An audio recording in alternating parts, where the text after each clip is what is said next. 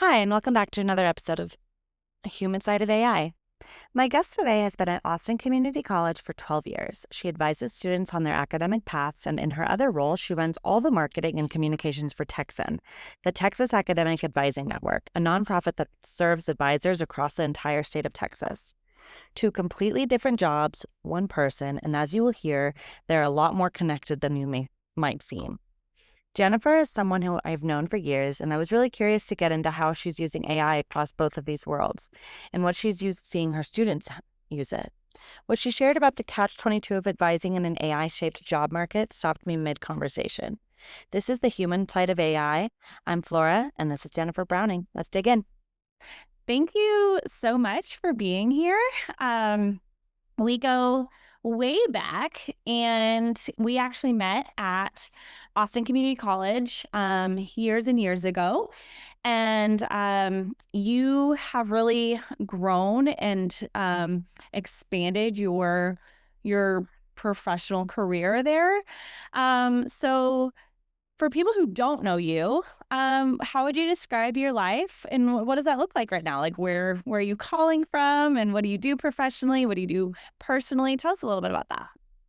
I'm calling from Austin, Texas. So I do work at ACC. I'm a senior area study advising specialist at ACC. So I work in academic advising, as you said. I've been at ACC for about 12 years now. Is it 12? Yeah, it's been 12. Time flies, counting the days. But yeah, I've been in ACC for about 12 years. I've done different roles at ACC, but right now I'm an academic advisor. I've been advising for about 5 years now. I think 5.5 years now. So been advising for a while now. But yeah, I work at ACC, and then I also am the VP of Marketing and Communications for Texan, which is the Texas Academic Advising Network. It's elected position. I've been serving for the past 2 years, and then I just got renominated again here in February. So I have another 2 years on that term Congrats. as VP of Marketing and Communications. So at Jam.ai, we work a lot with small business owners and sales and marketing professionals, and we learn together how to use AI to really give time back in our lives. So I feel like we could have so many conversations here, but I really want to focus on your role with Texan. So can you tell us a little bit more about what that looks like for you? Yeah, what my roles and stuff is for Texan. Yeah, so as I said, I'm the VP of Marketing Communications, so I run all of their social media networking, which is Facebook, LinkedIn, Instagram, all of those for them. I put out their monthly newsletter, organize, put out like webinars whenever we do webinars, any communications that go out through Texan, any marketing and stuff like that, goes through me, so I can put it out there. So really working with getting out there for conference stuff for Texan conference, because we do an annual conference yearly. Um, we do webinars, we do drive-ins for regions and stuff like that, because we divide the state up into 6 regions. So working with region chairs who run webinars and drive-ins for each region throughout the state. Really any of the communication stuff that goes through for the business, like for Texan, the nonprofit, comes through me, and what gets posted on the web and all that. So is there a duality in that role and your role as an advisor at the college? Or are they really separate worlds? No, there is a big duality with it. They're very actually connected, is what I would say.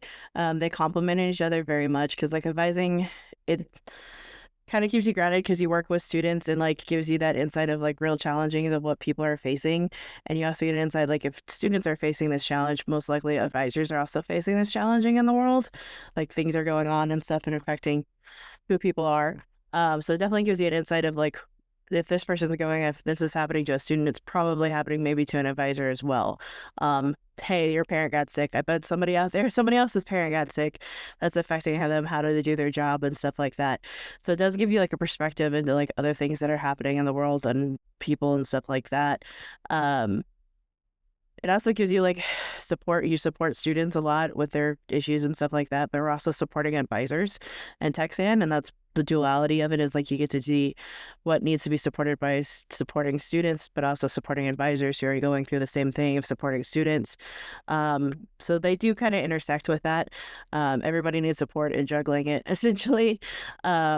It's really like supporting students by supporting advisors to day-to-day and mix of student conversation, problem solving, and then shifting into completely kind of the different mindsets, a little bit on the creative messaging side.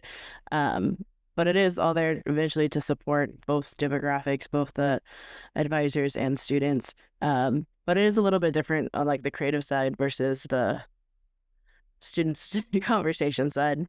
No, I love that. So really staying on that, that conversation about, creativity and your role as VP of Marketing and Comms. What does that actually look like for you behind the scenes? I mean, I know you shared a little bit about like what you're responsible for, but what if you had to kind of create like a standard operating procedure for what that role actually looks like? Talk to us a little bit about kind of what those tasks look like for you and how you implement them. Yeah. It's a lot. So we do have a weekly newsletter that we put out on everything that we do at TechStand, or not weekly, monthly, quarterly newsletter that goes out every time, every quarter for that.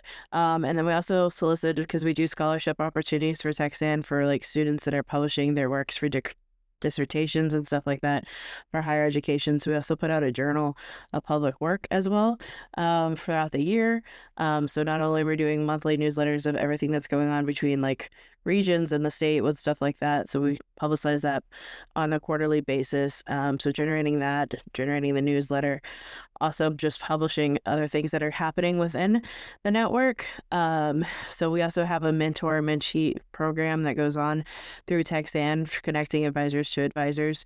So we have that we publish on weekly. And then we also do webinars, as I said, throughout the year. We usually have someone come in and do speeches, or we have people that do presentations in these webinars. We're finishing up a 3-part series right now.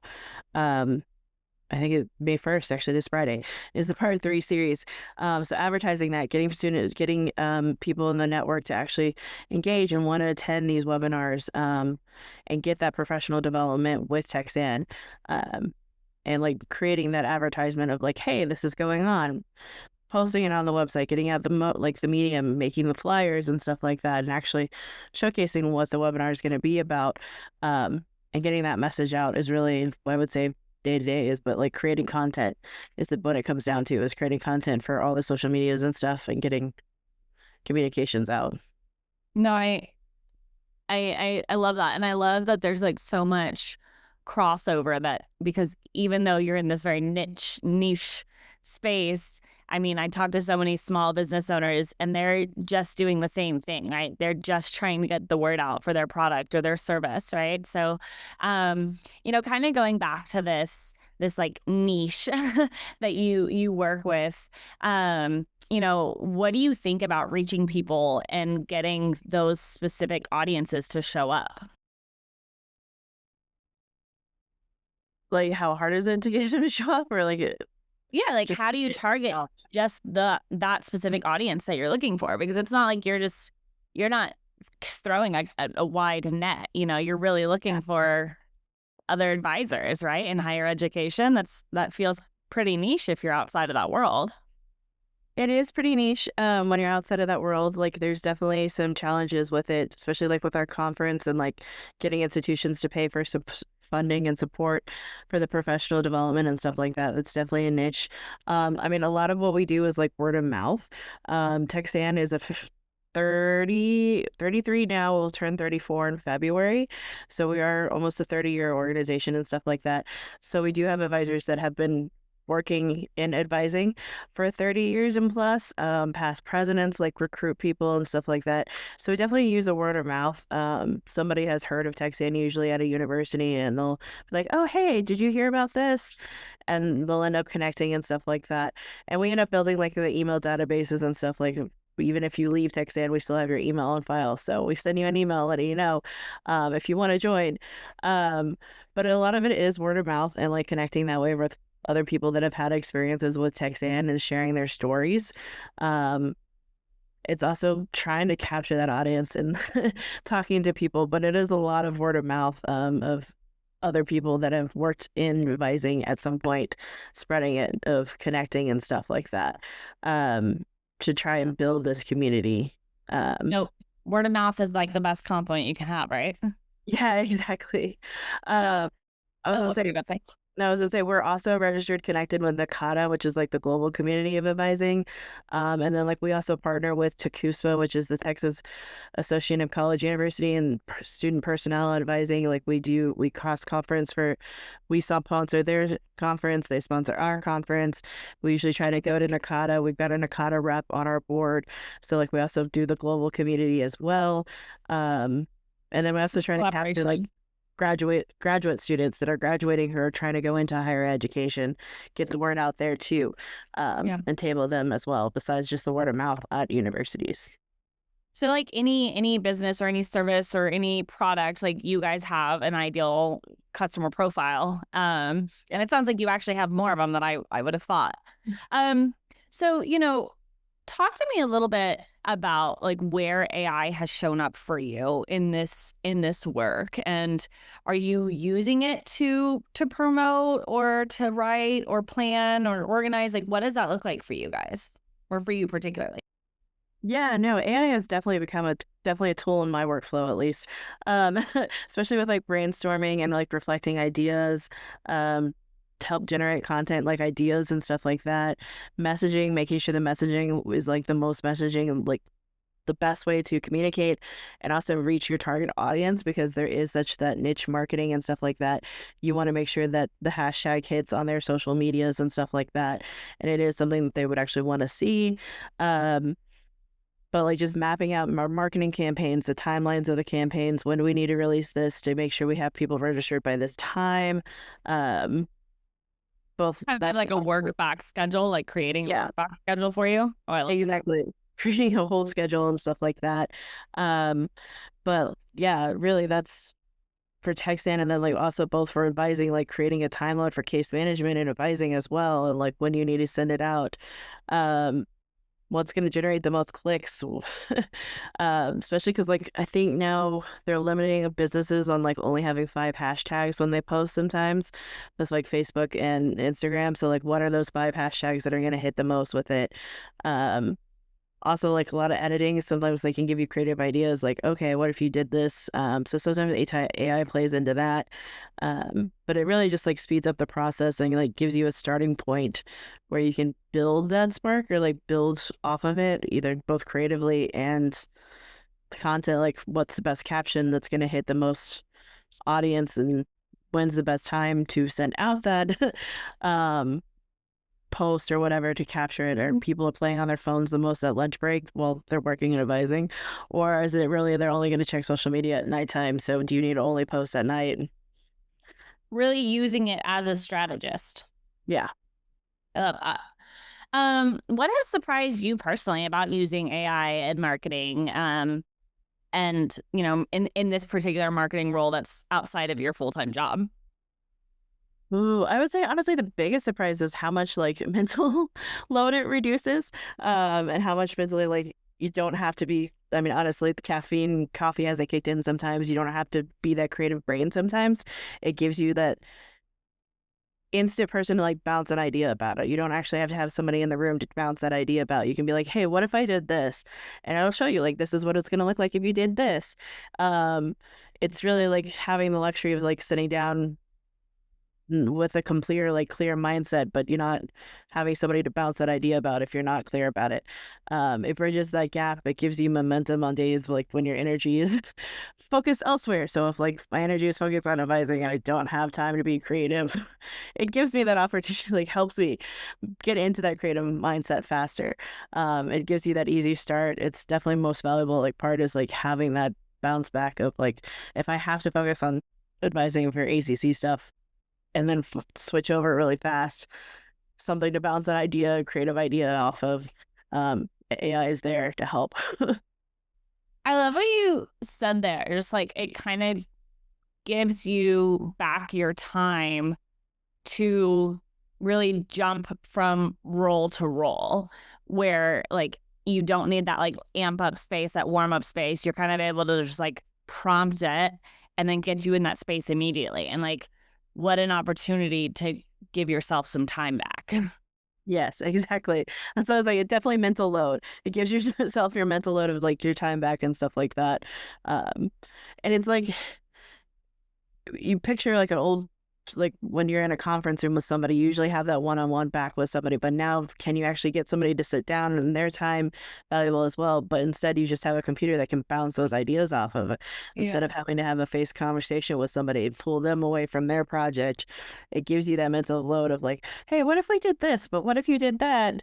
But you can just have a conversation with AI and they can do that too with you instead. Yeah, you're truly working with it as a collaborator. Yeah. I love that. No, it's funny. My mom's actually here visiting us, and she asked me today. She was like, "Can you teach me how to use AI?" And I was like, "Well, it's just like not that simple. Like, what are you using it for? Like, what platform are you gonna want to use, and like for what purpose?" And and I've been thinking a lot about, did I just kind of brush her off? Like, what is the best way to like quote unquote teach someone how to use AI? And I keep coming back to this idea of like, if we can just get rid of this idea that it's this alternative Google option and really look at it as a strategist, a collaborator, like your own assistant, how would you communicate? How would you prompt? How would you give direction to another employee working for you? And, use AI in that capacity, right? Yeah. So, I want to flip it back to your day job now. And, you're advising students every day. How has AI changed that work?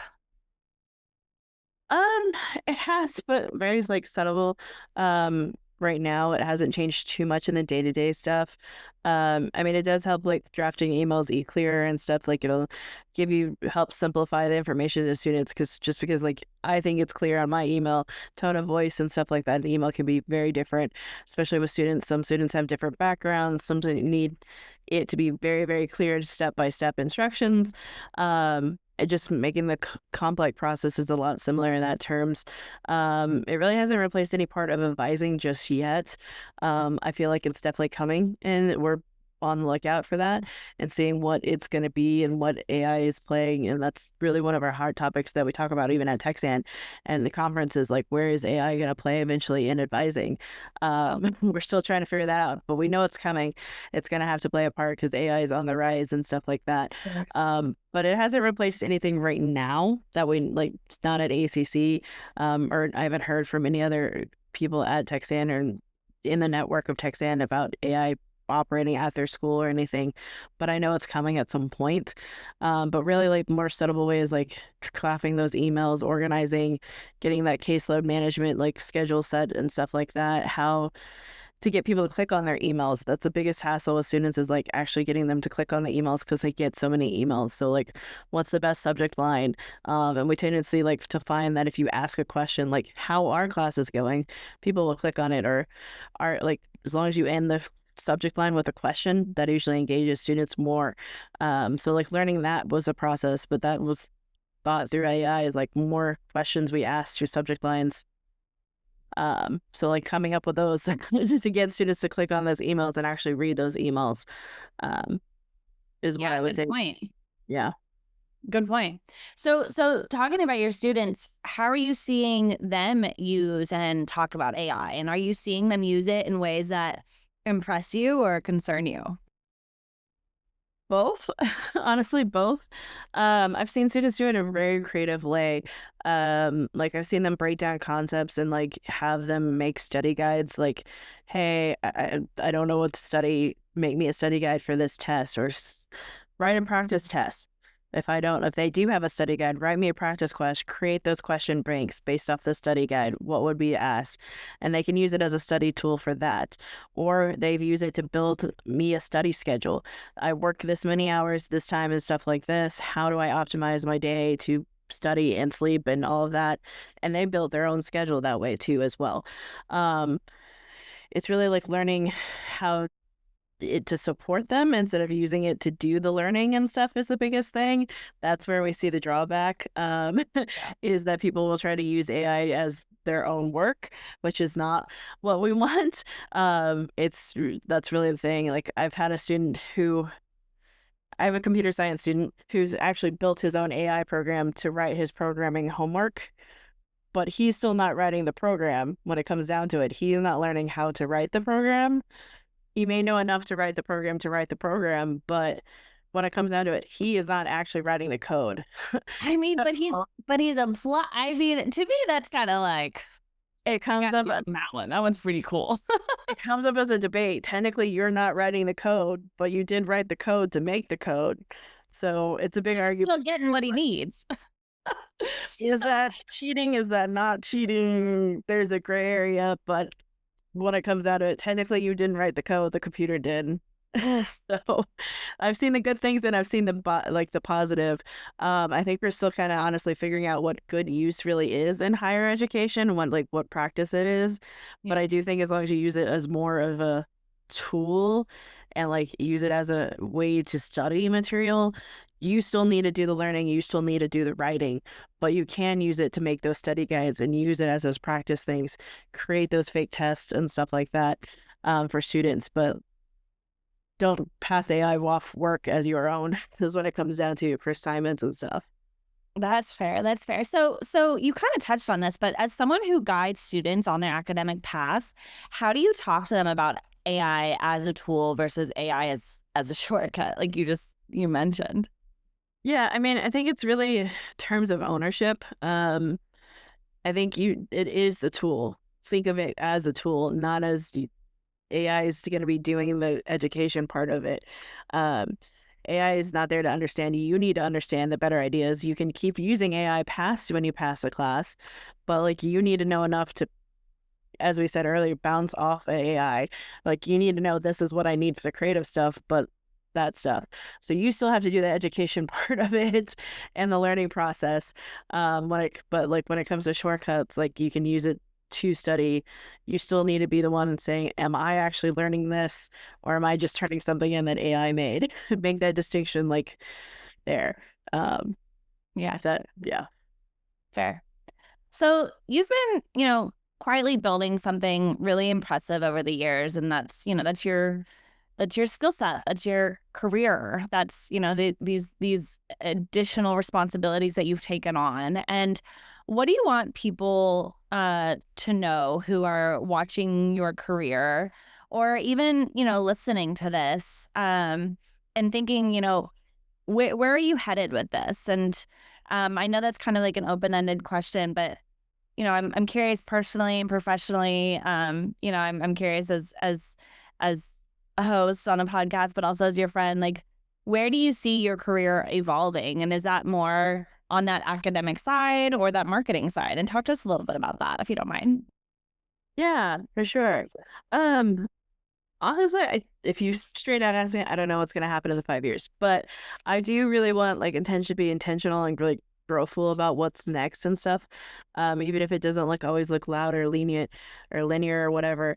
I'm interested in continuing and building that inner connecting, advising, and the leadership and communications and finding a way to build it together.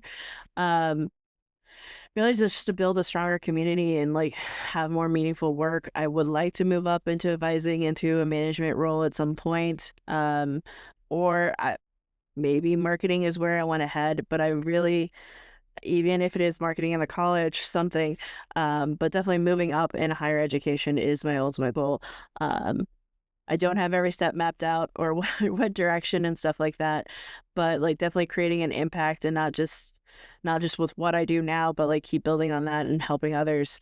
When it comes down to it, that's really what it is, even with the marketing and with being an advisor, it's helping other people and continuing that. That's really my goal.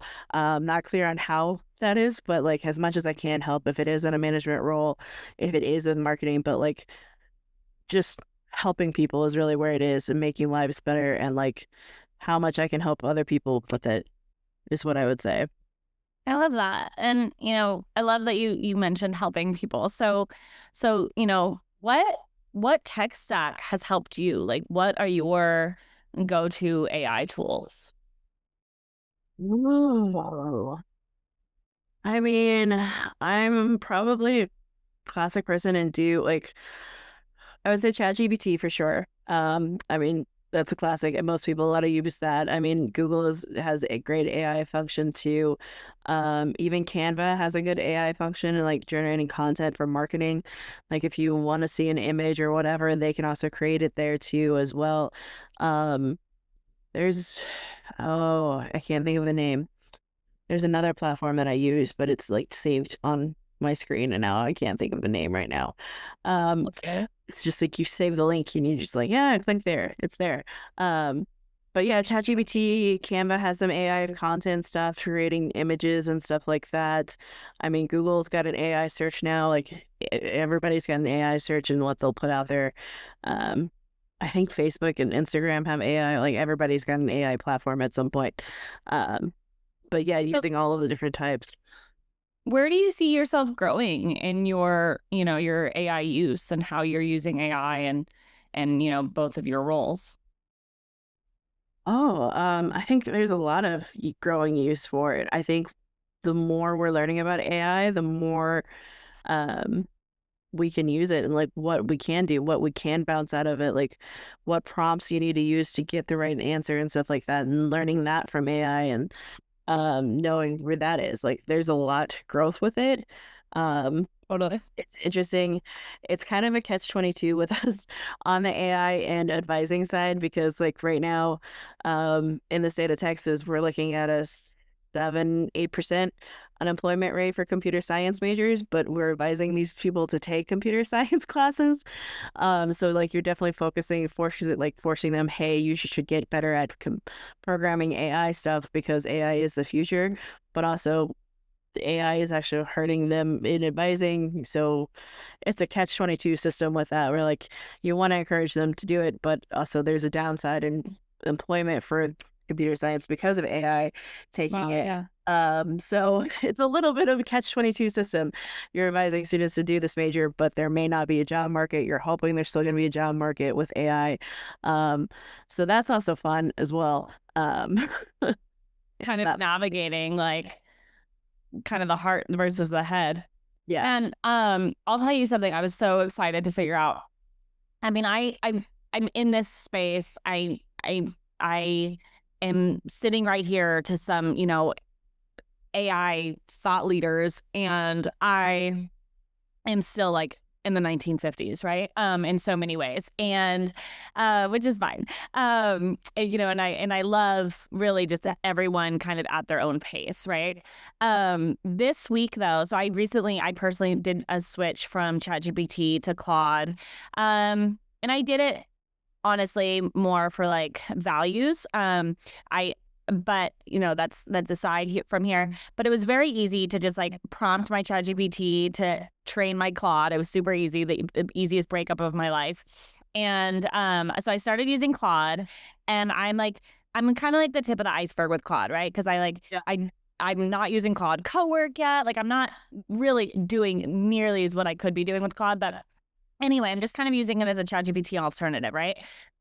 So I've been doing this migration of CRMs, and I've been switching from one CRM to another CRM, and in my professional life, and I was really collaborating with Claude as a strategist for this migration, and I found out that I could connect my CRM to Claude.